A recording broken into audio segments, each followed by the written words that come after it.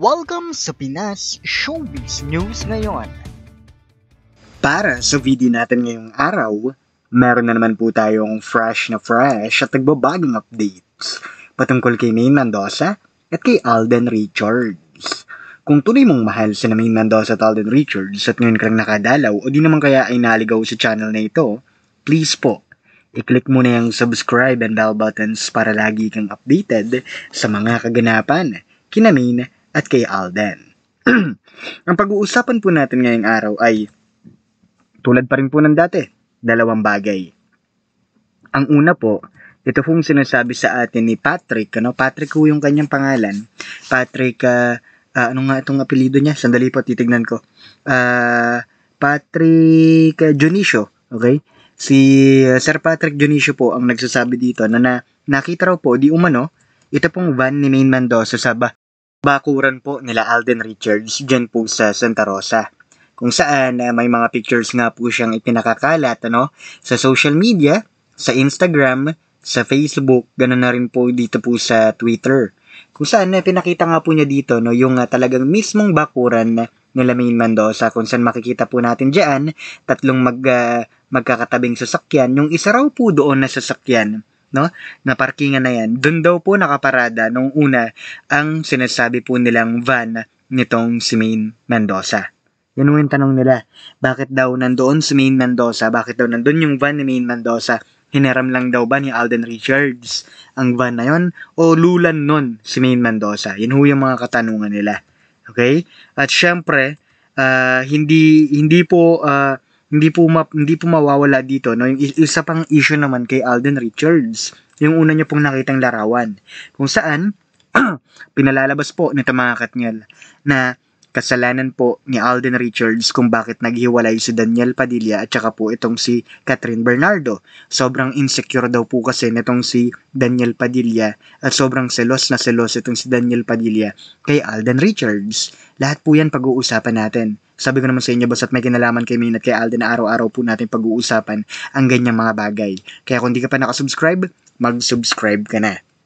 At narito nga mga komentong napili ng aming team patungkol sa mga updates natin. Unahin natin ang naging komento nitong si Miss Doris Latupan. Sabi niya rito, lumalabas talaga ang realidad. Nakalimot yata si Miss Sharon. Kaya nga siguro siya binulungan rather ni Alden Richards dahil di niya napigilan hanapin si Mengay kay Daddy Bay. 'Di ba? Kahit pa iniba nila ang usapan tapos na nasabi na niya. Ika nga, the damage has been done. At sa mga sarsuelista, wala kayong magagawa. Yan kasi ang katotohanan. Kahit kailan, walang lihim na hindi nabubunyaga. Di nyo yan mapipigilan. Going back to Maine, halatang edited yung picture. Diba? Every part of her body is perfect and natural. Walang retoke. Kaya nga, di na siya pinakawalan ni Tisoy. Diba? Nag-iisa lang yan, walang katulad yung mga team edit na yan, mga mema. Yung sabi nga po nila, ito raw po yung kapangyarihan ng AI na tinatawag nila, Artificial Intelligence. Sabi nga ho nila, talagang kung gusto mong gamitan ang mukha ng isang tao at ilalagay mo sa isang katawan ng kung sino man, kayang-kaya na ng computer ngayon. Well, anyway, kidding aside, punta tayo sa susunod nating komento. Nandito po ang ikalawa, ikatlo at ikaapat. Sabi po dito ni user BW5, malamang hindi original ni Maine Mendoza Fulkerson, maitim ang kilikili, bukol-bukol pa kamo. Adam sa Apple pa, Hindi yan si Maine Mendoza Fulkerson, asawa ni Richard Reyes Fulkerson Jr., Yung asawa niya, makinis. Fresh pa. Yang ginagawa nila Maine, nila, Diyos mio, malayo talaga, may gana pa talaga kayong gumaya, Hindi naman ninyo magaya. Sabi naman ni Miss Selma Dagarag, nababaliw na kasi yung mga makapupo. Okay? At dagdag naman ni Miss Agnes Heraldo, ako'y nanggagalaite. Diba? Nanggagalaiti din sa balitang yan.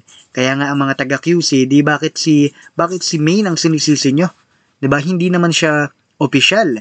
Dapat si Panot, hindi naman totoo ang kasal nila. Fake, Ang totoong asawa na Richard Fulkerson Jr., Kaya wag ninyong idamay si Maine. Thanks sa update, Mr. Pinas, at maraming salamat din po, no, sa inyong mga komento.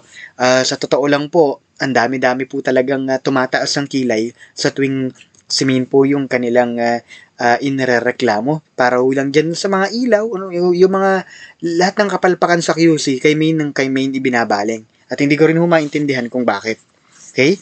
Para naman sa ikalima nating komento, mula naman po ito kay Miss Gina Torrico. Sabi niya rito, Mr. Pinas, ang bukol, ang malaking braso at itim na kilikili ni Main, gawa ito ng sensyang pulpol, Bakit, magkano ba ang kinita per edited edition, Ituwid muna ninyo ang inyong daan upang kahit isang demonyo, di makatawid sa sarili ninyong buhay.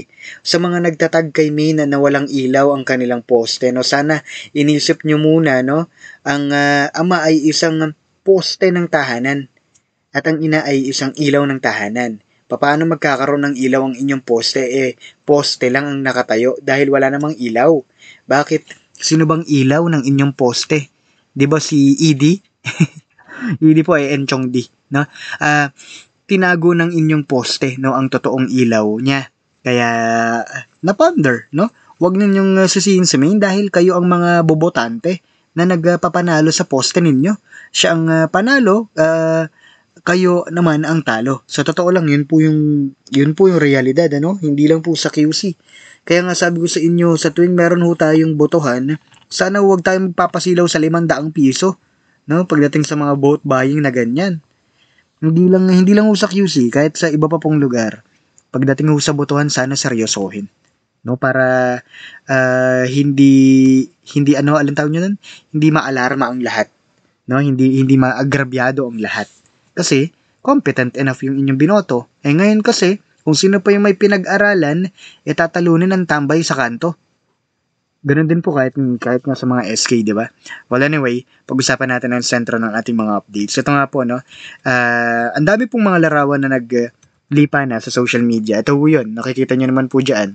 Nandyan yung harap ng bahay nila Alden. Nandyan din yung loob mismo, dun sa paradahan nila. Makita nyo dyan yung kanyang Land Cruiser, Mercedes, pati yung even the Tesla.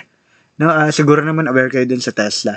Yung hindi na ginagasolinahan at ichina-charge na lang po ng kuryente. Okay? Meron isa si Alden Richards sa mga celebrity dito po sa Pilipinas na unang nakakuha ng ganyang sasakyan. Okay? At siya nga po nagsasabi na ito van ni Main Mendoza na nakita po dyan, nakaparada po ng una dyan po. Kung saan po dyan sa may pagitan, sa pagitan po ng may motor na yan, dyan nakaparada, yun yung sinasabi nila. Ano raw ang ginagawa doon ni Main? Kung wala naman daw po si Main doon, nagkataon lang ba na nandun lang yung van ni Main? Okay, hinaram lang daw ba ni Alden ito? Yan yung kanilang katanungan. Sa ngayon po, I'll tell you the truth, kinukumpirma po namin ito kay Mama Ten. Kasi wala naman ibang makakapag-kumpirma niyan sa atin, kundi sila din, si Mama Ten at saka si Ate Lou. Diba? Abangan nyo lang po yung confirmation na yan. Pero it's a good thing, na nakunan. Sana nga yung picture na nakuha nila, talagang nandun yung van, na nakalagay yung van talaga dun para wala na silang magagawang palusot. Kasi pag ito pinakita natin sa mga Armin fans, sa mga toxic mainers, syempre, gagawa ng palusot yan. Okay? At para naman sa ikalawang sentro ng ating mga updates, ito naman po yung may kinalaman dito naman po sa hiwalayang Katniel. Ang dami kasi mga video na nilalabas itong mga Katniel fans, kung gaano ka-bitter ito pong si Daniel Padilla dito po kay Alden Richards. Nandyan yung interview na si Catherine daw ay anong tawag natin doon? Blockbuster ba ang tawag nila doon? Blockbuster Queen, Yan yung una nilang sinasabi kay Catherine. Kaya naman sumabat daw si Daniel, ako naman yung king, Pero ang daming, may video na parang nagtampo nga itong si Daniel dahil si Alden yung kanilang talagang pinupuri ng husto and not Daniel Padilla. Okay? And then during the promotion, nandun yung nagme-make face si Daniel Padilla kapag binabanggit ni Catherine itong si Alden Richards, Kaya ang nangyayari po ngayon, si Alden ang binabash. no? Si Alden daw ang may kasalanan kung ba't naghiwalay ang Katniel. Ulitin ko lang po, wala akong ginagawang masama yung tao. Nagtrabaho lang sila. Okay, naalala niyo naman po yun, ano? Si Catherine nagpaalam po kay Maine, si Alden nagpaalam po kay Daniel Padilla. Ganun lang po yun. Noon pa man, bago pa man po magsimula ang Hello Love Goodbye. Muli ito po ang Pinas Showbiz News ngayon.